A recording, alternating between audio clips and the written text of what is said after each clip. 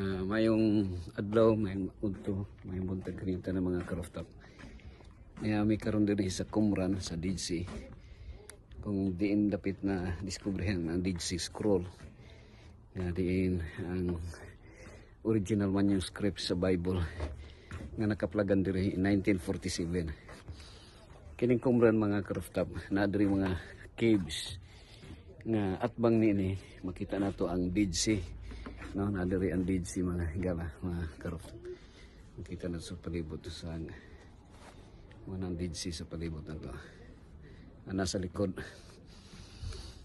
Diri sa kung likod sa atbang, makita pa nato diri ang nadyan ng cave na nakaplagan sa Bedouin. Aksidentally nga nahulugan ang bakto man to. Yan ay mga nabuak nga kuan. Nabuak nga jar nga na-discoveryhan dito nga naadi dito ang scroll, no? Mga original manuscript sa Bible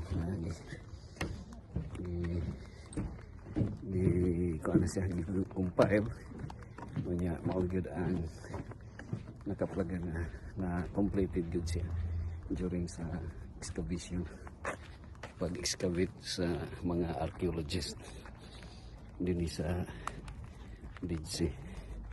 Itawag ni siya mga karoftop ang Dead Sea Scroll.